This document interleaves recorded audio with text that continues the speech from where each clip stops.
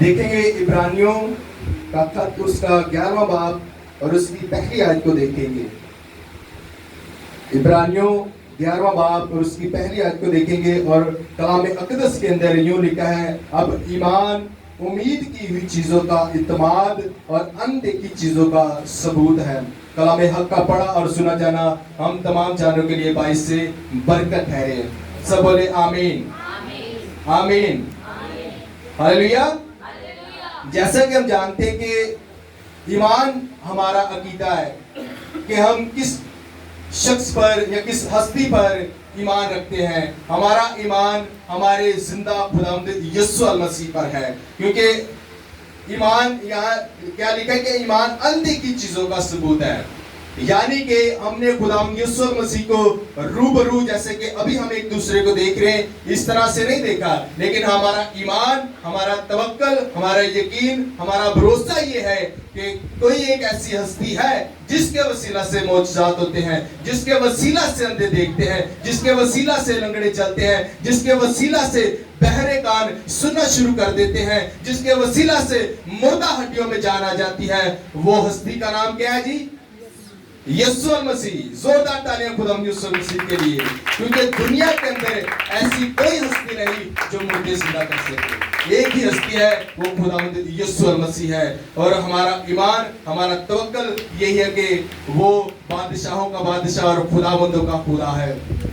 اور ایمان کا ایمان خدا کے کہے کلام اور کیے ہوئے کاموں کو قبول کرنا، جو خداوند یسوع مسیح نے معجزات کیے ہیں، جو خداوند یسوع مسیح نے باتیں کہی ہیں، الہام جو خداوند یسوع مسیح نے فرمایا ہے، وہ سب چیزیں مل کر ایمان کو پیدا کرتی ہیں. کیونکہ ایمان خدا کے کلام میں لکھا ہے کہ اندیکھی چیزوں کا ثبوت ہے. اور میں ایک چھوٹی سی سٹوری بتانا چاہتا ہوں خدا کے کلام میں سے. ہم اس عورت کو دیکھیں جس کے 12 برس سے خون جاری تھا. ہم اس عورت کو دیکھیں کہ اس کا ایمان کیسا تھا، کہ وہ ایک بڑی امیر خاتون تھی، بہت رچ تھی وہ، لیکن ہم دیکھتے کہ وہ اپنا مال و متاع جو اس کے پاس تھا اس نے سارا کچھ لٹا دیا. حکیموں کے پاس گئی، ڈاکٹروں کے پاس گئی، طبیبوں کے پاس گئی، اس طرح سے جہاں جہاں اسے بتایا گیا وہ گئی، اور جتنا اس کے پاس مال تھا، پیسہ تھا، روپیہ تھا، جو کچھ بھی اس کے پاس تھا وہ سب کچھ اس نے لٹا دیا، لیکن کسی سے اسے شفا نہ ملی. اور ہم دیکھتے ہیں کہ جب خداوند یسوع مسیح ہیکل سے باہر آ رہے ہیں تب وہ خاتون کیا کرتی ہے؟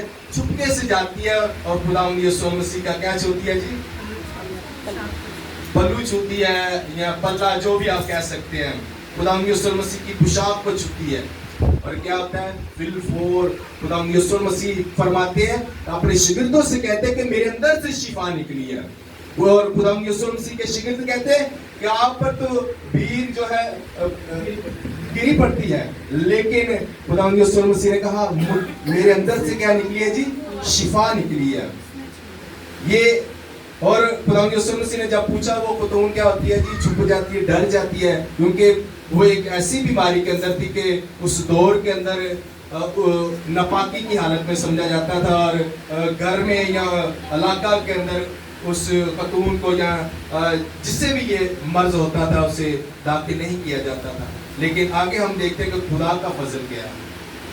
خدا کا بڑا عظیم فضل ہے. خدا یسوع مسیح جب اسے شفا دیتے ہیں، جب وہ شفا لے لیتی ہے تو خدا یسوع مسیح کیا کہ جھکتی ہے، اسے سجدہ کرتی ہے اور کہتی ہے کہ اے میرے مالک، اے میرے خالق، اے میرے خداوند، اے میرے بادشاہ، اے میرے آقا، میں نے تیرے پلو کو چھوا ہے.